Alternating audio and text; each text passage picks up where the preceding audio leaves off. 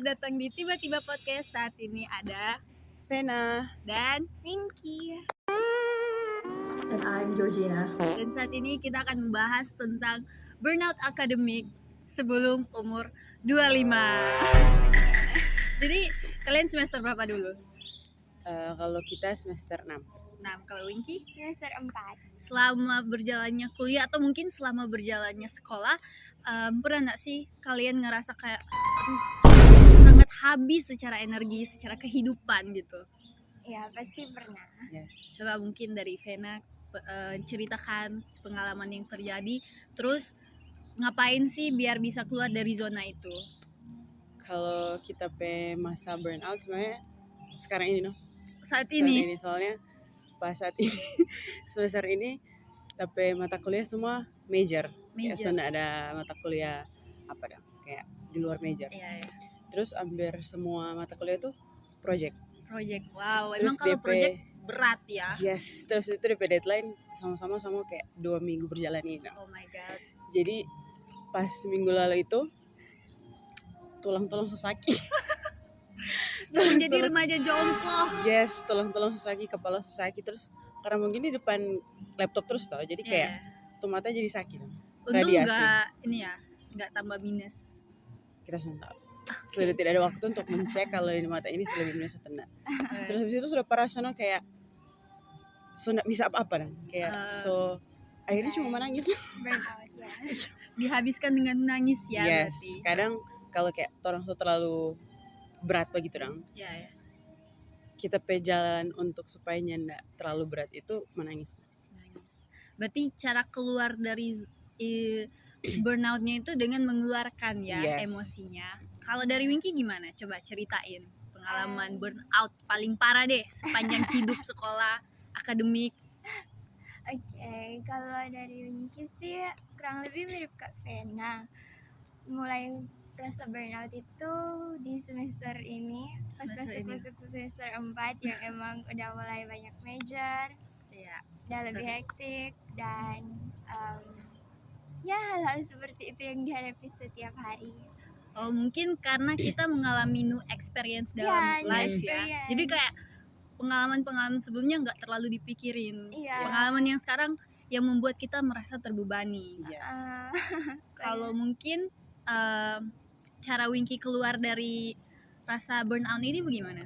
Kalau caranya biasanya sih yang kita lakukan itu pertama sama dengan Kak Vena, stop, jangan maksain. Kadang kalau rasa pengen nangis banget ya udah nangis aja, luapin. Tapi abis itu tenangin diri. Yang paling ampuh itu ini mungkin lucu tapi yang kita sering buat adalah mandi.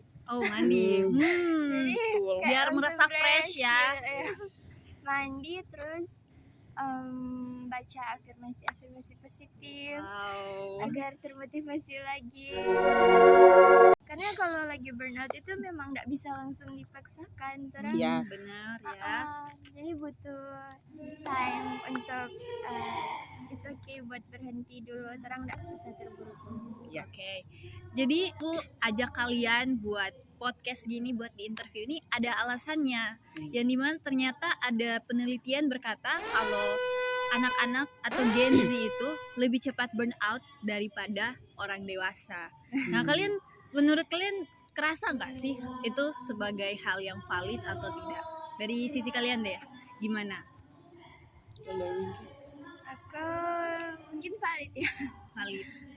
Bukan cuman di lingkungan Winky deh, orang-orang yang Winky lihat. Dari berdasarkan yang dilihat itu valid. Kalau dari Vena mungkin ada teman-teman yang atau Vena sendiri merasa bagaimana dengan kondisi remaja saat ini?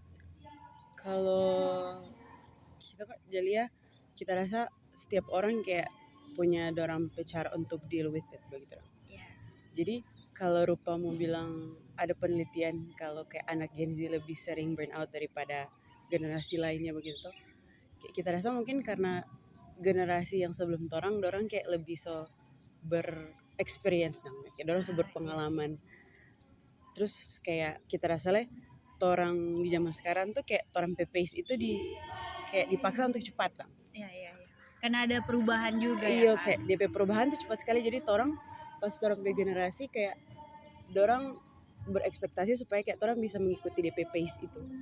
Sedangkan kayak orang pe jalan itu kan kayak ada kan tuh yang cepat mengerti dan DP perkembangan, ada mungkin yang slow gitu. Jadi kita rasa mungkin kalau orang pe generasi sebelumnya cepat lah dalam perkembangan, tapi tidak secepat orang pas orang bertumbuh dan apalagi sekarang kayak teknologi. Jadi kita rasa orang lebih cepat burnout soalnya orang dipaksa untuk kayak mengikuti orang pace sekarang itu dan kayak dia kecepatan sekarang itu. Nah, karena Vena udah bahas tentang teknologi, menurut kalian apakah salah satu pemicu burnout untuk generasi Z atau generasi sekarang itu adalah teknologi? Yes, Bagaimana?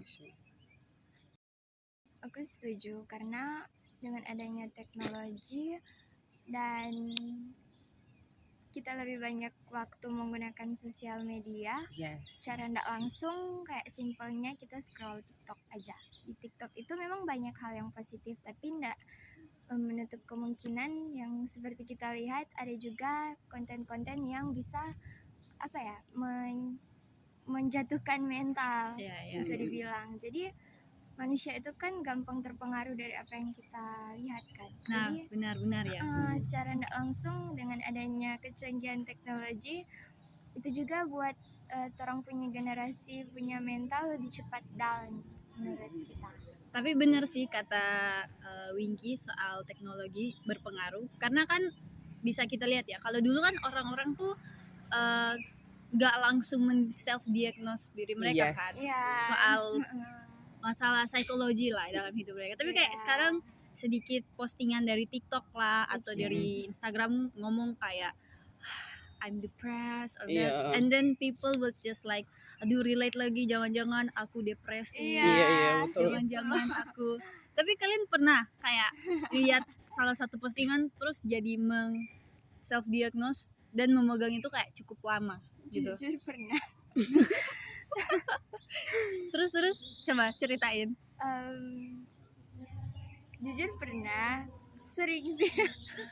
Tapi yang paling parah itu mungkin tahun lalu pas ada lihat konten yang memang relate sama situasi waktu itu, situasi hidup waktu itu, terus sempat self diagnose kayak, wah kok ini mirip, oh ya ini mirip, ini juga mirip, relate semua, oh jangan-jangan kita begini ya. Iya. Tapi untungnya masih dilindungi ada orang-orang sekitar Dan yang bagus sih. ya cara orang buat menangkal dampak negatif dari teknologi mungkin lingkungan juga sih. Kalau Yes. ada orang-orang yang bisa membantu merangkul, itu bisa keluar dari pikiran seperti itu. Kalau Vena dong?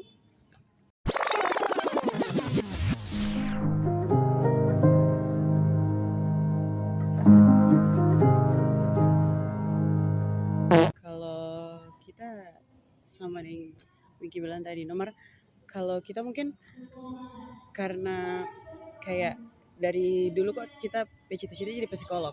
Dari pas kita SMP kayak kita mencoba untuk sadar dong kayak tentang mental health gitu. Jadi kayak kita tahu mungkin ada beberapa orang yang just self diagnose. Soalnya sekarang kalau rupa orang search jadi Google ciri-ciri depresi, tidur itu kan Iya salah satu kan. Iya. Terus mungkin orang cuma lamar lantaran di Google saya bilang sering tidur, oh berarti depresi ini. Itu nih boleh sih begitu. Ya, Mar sama yang tadi Winky bilang, orang ini boleh terlalu kayak teknologi sekali gitu. Jadi sama yang tadi dia bilang burnout, salah satu hal juga supaya kayak orang nggak burnout, keluar dong, kayak keluar ketemu teman kayak atau do something yang suka begitu. Supaya soalnya kalau rupanya cuma di kamar-kamar terus kayak DP energi negatif cuma kayak berputar cuma ya berputar-putar di kan? kamar Ya. kayak berjalan kayak keluar gitu. Jadi ya Torang pindah dulu ke segmen berikutnya. Kalau tadi kan torang bahas soal torang diri sendiri ketika mengalami burnout dan bagaimana kita mencari jalan keluar untuk bisa hidup normal lagi. Nah, kalau misalnya teman-teman kalian pernah nggak ngalamin burnout to the point yang dimana kalian ngerasa kayak I need to reach them out? Pernah nggak? Pernah. Pernah. Kalau Vena?